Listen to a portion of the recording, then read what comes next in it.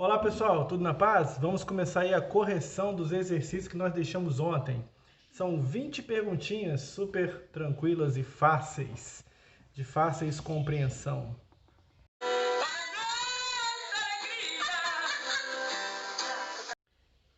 A número 1, bem fácil, a pergunta é: o que foi? É isso? É isso aí. O que foi a Era Vargas? O que foi a Era Vargas? A Era Vargas foi o período no qual Getúlio Vargas vai permanecer no poder de 1930 a 1945. Dividimos aí a Era Vargas em três fases: governo provisório, governo constitucional e Estado Novo. Então a Era Vargas foi o período que Getúlio Vargas fica no poder, que vai de 1930 até 1945 e é dividido nessas três principais fases. Cada fase tem as suas características. Logo na sequência, temos a pergunta de número 2. Como Getúlio Vargas chega ao poder em 1930? Como Getúlio Vargas chega ao poder em 1930? Pessoal, temos que lembrar que Getúlio Vargas vai chegar ao poder em 1930 acabando com aquela república oligárquica onde ora era presidente de Minas e ora presidente de São Paulo, naquela república café com leite. Então ele vai acabar com essa oligarquia e através de um golpe, né, chamado também a Revolução de 1930, ele vai assumir o poder no Brasil. Uns chamam golpe, outros chamam Revolução de 1930. Então temos duas visões.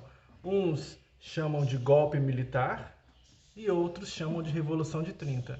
Mas, de uma forma ou de outra, ele assume o poder e começa aí a Era Vargas em 1930.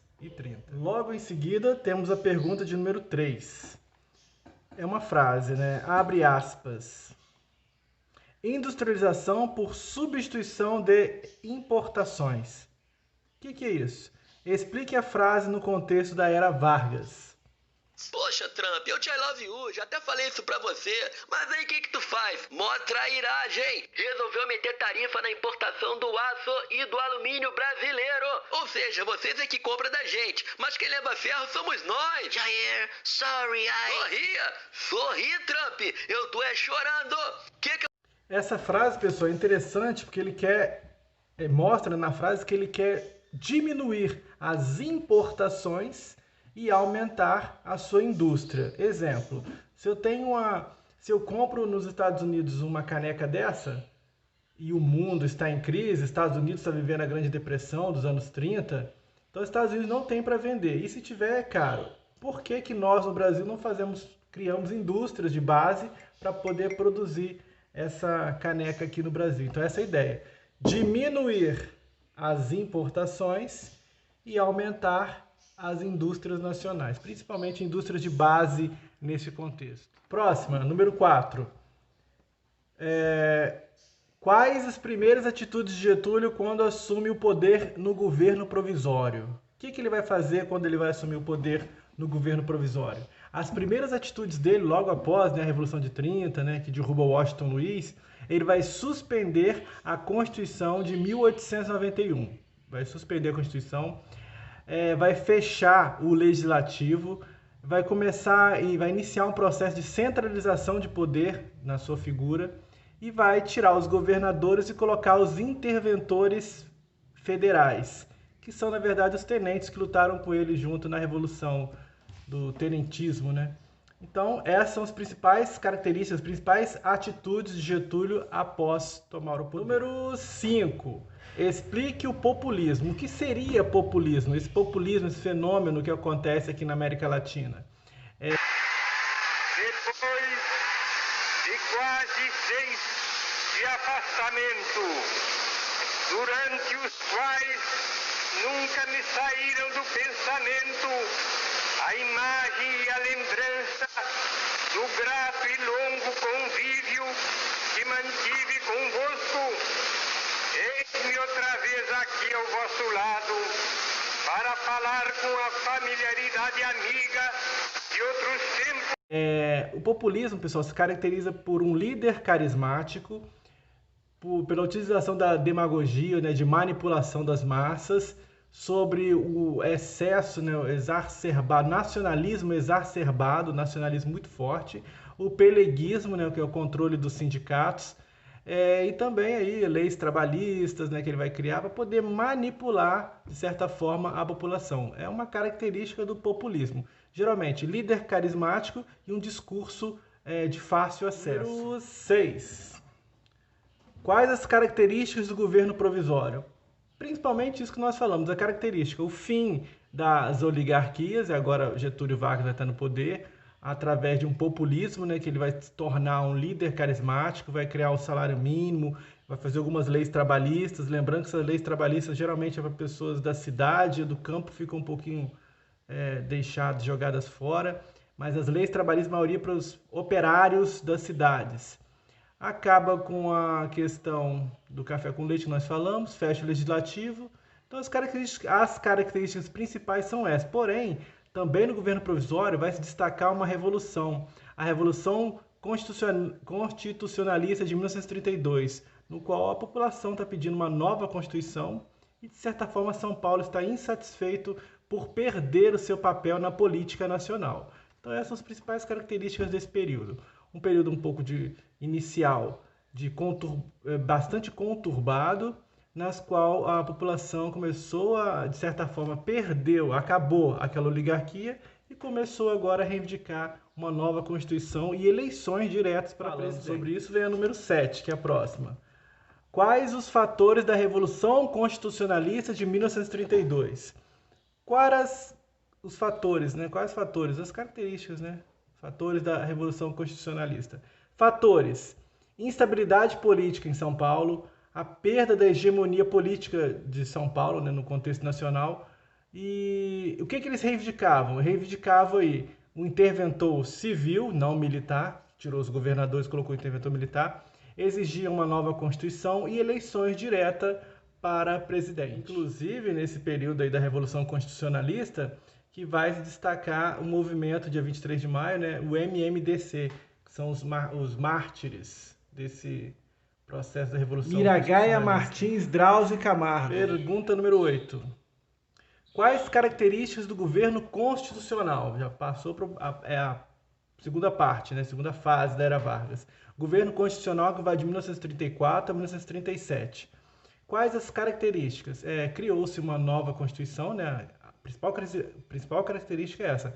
Cria-se uma nova Constituição, a Constituição de 1934, que vai ter uma série de direitos, como voto secreto, voto feminino, direitos trabalhistas, o nacionalismo econômico, mandato para a presidência de 4 anos, e ele é inspirado essa Constituição é inspirada na Alemanha, na República de Weimar, que a Alemanha tornou-se uma república com o fim da Primeira Guerra Mundial.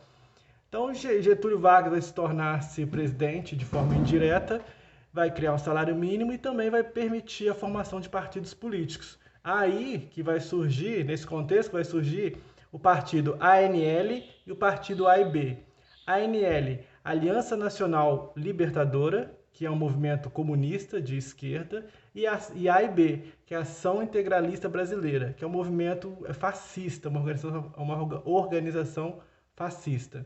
Então essas são as principais características do governo constitucional. De cara eu já respondi a 9, né? Principais mudanças da Constituição. Essa aí, voto secreto, direitos trabalhistas, nacionalismo econômico, mandato de 4 anos para presidente, Getúlio Vargas torna-se presidente de forma indireta, a Constituição é inspirada na República de Weimar. Então, tudo são as características. Número 9. Já vamos passar para 10, que também falamos. Quais os 2 partidos políticos que surgem no governo constitucional e o que eles defendem? Partidos políticos AIB e ANL. AIB, Aliança Nacional, a ANL, Aliança Nacional Libertadora, AIB, Ação Integralista Brasileira, certo? ANL defende o comunismo, AIB o fascismo. Então matamos a 9 e a 10. Agora sim, vamos passar para o número 11, né? O que foi a intentona comunista? A intentona comunista foi a tentativa de tirar Getúlio Vargas, liderada aí por Carlos Prestes. Intentona ela foi um fracasso, tá? Porque Carlos Prestes pensava que os militares iam seguir ele pelo Brasil para poder tirar Getúlio Vargas do poder, e infelizmente não deu certo. Infelizmente ou felizmente não deu certo. Acabou ele sendo preso, a esposa dele foi deportada, a Olga, para a Alemanha e foi um fracasso enorme. Então, Intentona era essa tentativa de tirar Getúlio Vargas e foi um fracasso. Intentona é fiasco, traduzindo ao pé da letra. A próxima aí, o que foi o Plano Cohen? O Plano Cohen, de certa forma, foi um engodo, né? Getúlio Vargas se utiliza de um plano que dizia que talvez haveria uma invasão comunista no Brasil e ele, para poder evitar essa possível invasão comunista, ele tinha que dar um golpe. Então Getúlio Vargas dá um golpe no governo dele mesmo, começa o Estado Novo, faz uma ditadura com medo desse plano Cohen que dizia que o Brasil seria invadido pelos comunistas, mas nada disso foi provado, foi apenas uma desculpa para ele poder tomar o poder. Pergunta número 13. O que foi o Estado Novo? O Estado Novo foi a terceira fase da era Vargas, na qual Getúlio Vargas toma o poder e começa o regime ditatorial. Calem a boca! Por que vocês são tão antiditadores? Imagina... Que vai de 1937 a 1945, onde ele vai criar uma nova Constituição, vai criar o DIP, Departamento de Imprensa e Propaganda. Nesse período, o Brasil vai entrar na Segunda Guerra Mundial, o Brasil vai se aliar aos Estados Unidos, vai mandar os pracinhas, tudo isso acontece nesse período do Estado Novo, caracterizado por um regime ditatorial. Ele cria também, autoriza a pena de morte.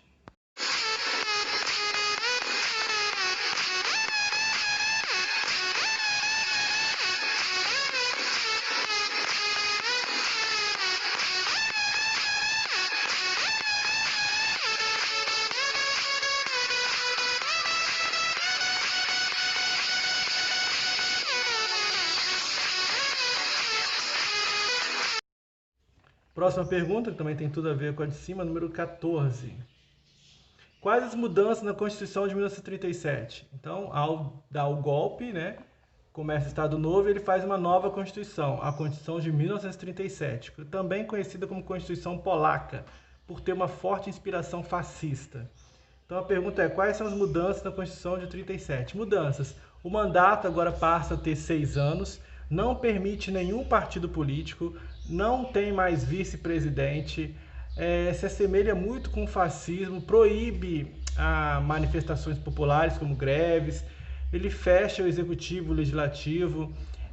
Agora, de certa forma, Getúlio Vargas tem plenos poderes, no caso, consegue centralizar a maior parte do poder em suas mãos, proíbe os símbolos municipais, somente pode ser usado símbolos nacionais. Ele cria a polícia secreta, tipo uma Gestapo que Hitler tinha. Ele cria a polícia secreta que dá sumiço, prende as pessoas que são diferentes das ideias dele. Também cria o DIP, Departamento de Imprensa e Propaganda, que deve ser a próxima pergunta. Aí vem a pergunta número 15. O que foi o DIP e seu objetivo? DIP, Departamento de Imprensa e Propaganda. Objetivo, censura, censurava os meios de comunicação como rádio e jornais da época e faz cartilhas também para enaltecer a figura do Getúlio Vargas, para colocar ele como uma figura positiva, uma figura boa, que a população começa a se aproximar dele de forma positiva. Ainda falando do DIP, vai criar essa imagem de Vargas como pai dos pobres, inclusive vai criar também a Voz do Brasil, na verdade a Hora do Brasil, vai ser criada em 1937, que depois vai ser chamado a Voz do Brasil, que até hoje dá nos rádios. Até uns 4 anos atrás, era todo dia 7 horas. Agora cada rádio faz num horário, mas todos os dias tem a Voz do Brasil, que foi criada por Getúlio para poder aproximar a população do governo. Lembrando que na época o rádio era o único meio de comunicação que dava acesso a todos, em 1937, todos que tinham rádio. Não tinha internet, nem televisão, então o rádio era o meio de comunicação que chegava mais longe. E os jornais também, mas o rádio era mais fácil para a população que não sabia ler. Então, pessoal, próxima pergunta, número 16. Em quais circunstâncias o Brasil entra na Segunda Guerra Mundial? Pessoal, o Brasil entra na Segunda Guerra Mundial, a desculpa para isso é que o Brasil foi atacado no Atlântico por um navio nazista, que devido à sua aproximação com os Estados Unidos. O Brasil estava tinha uma aproximação muito grande com os Estados Unidos, Então, o navio brasileiro é atacado por nazistas e isso aí dá um motivo para o Brasil entrar na guerra. Então, o Brasil entra em agosto de 1942 contra o eixo, contra Hitler e contra Mussolini, né, na Itália. E o Brasil manda aproximadamente 25 mil pracinhas, 25 mil soldados. Porém, o Brasil estava despreparado, mas o Brasil, de certa forma, fazia tipo um jogo duplo. Hitler estava no Brasil fazendo um regime ditatorial de inspiração fascista, mas ao mesmo tempo Hitler gostava dos Estados Unidos porque queria dinheiro para financiar as suas indústrias. Ele estava fazendo tipo um jogo duplo. Ele estava com as ideias fascistas, mas queria dinheiro para construir a CSN, a siderurgia, né, com os Estados Unidos. Então ele estava ali meio que fazendo um jogo duplo, até ser atacado. Quando ele foi atacado não tinha jeito. De fato, agora ele teve que entrar e do lado dos Estados Unidos, que aí consegue depois empréstimos para poder criar as indústrias que o Brasil tanto necessitava. Próxima pergunta. O que é CLT e qual a sua inspiração? CLT, pessoal, é Consolidação das Leis de Trabalho, de 1943. Ela teve uma inspiração no fascismo de Mussolini.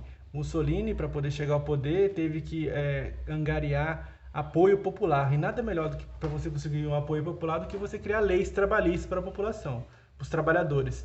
Então ela teve uma inspiração fascista na Itália, a consolidação das leis trabalhistas. Mas, de certa forma, foi bom, porque agora sim os trabalhadores teriam, né, uma série de regras, uma série de leis para poder seguir e, dessa forma, ter maior proteção. Próxima pergunta. O que foi o queremismo, o movimento do queremismo? Queremismo, o próprio nome já fala, né? Eles queriam a permanência de Getúlio. Então, queria um movimento que queria a permanência de Getúlio, para que ele não saísse do governo. Porém, o Getúlio vai entrar numa contradição aí, porque como pode, logo que acabou a Segunda Guerra Mundial, como poderia o Brasil, um país que lutou contra as ditaduras fascistas e nazistas da Europa, como poderia um país democrático votar contra uma ditadura, sendo que o Brasil era uma própria ditadura? Então tinha essa contradição. Então o movimento queria que o Getúlio permanecesse, mas não foi possível devido a essa contradição e os opositores ficaram em cima e acabou Getúlio Vargas renunciando no dia 29 de outubro de 1945. Próxima pergunta. Quais as indagações do Manifesto dos Mineiros? Exatamente isso. O Manifesto dos Mineiros vão falar sobre a contradição de Getúlio Vargas. Não poderia Getúlio Vargas, um país democrático que está tendo uma ditadura, lutar contra uma ditadura, sendo que ele mesmo é uma ditadura. Então não poderia o Brasil ser ditador, porque o Brasil tinha lutado contra regimes ditatoriais. Então o Brasil tinha que ser livre e democrático. Esse era o movimento do Manifesto dos Mineiros, que vai entrar em choque com o queremismo, porque eles queriam a permanência, mas acabou não dando certo. Getúlio Vargas renuncia dia 29 de outubro de 45. Agora, a última pergunta. Quais as principais mudanças da era Vargas? Quais foram as principais mudanças depois de tudo isso? O que aconteceu? Qual foi as principais mudanças? Pessoal, as principais mudanças foram: a sociedade urbana cresceu mais do que a sociedade agrária. Então a cidade começou a crescer mais. Houve uma grande ampliação do espaço industrial na economia nacional. E os empresários também começaram a aumentar o seu poder em relação às oligarquias. Antes as oligarquias tinham mais poder, agora os empresários aumentaram o seu poder em relação às oligarquias. E houve um crescimento da classe operária e da classe média nesse período. Essas são as principais características, as principais mudanças da era Vargas. Vargas vai sair do poder em 45 e vai voltar em 1951 através do voto da população. Então, pessoal, vamos fechar por aqui. Joia, pessoal? Então vamos fechar por aqui, né? E façam as atividades, entreguem. Lembre-se que tudo vale nota, tudo é importantíssimo para poder aumentar nosso conhecimento e também valer como ensino esse ano. Não deixe de fazer, questionem, perguntem, qualquer coisa, estamos aí. Forte abraço a todos.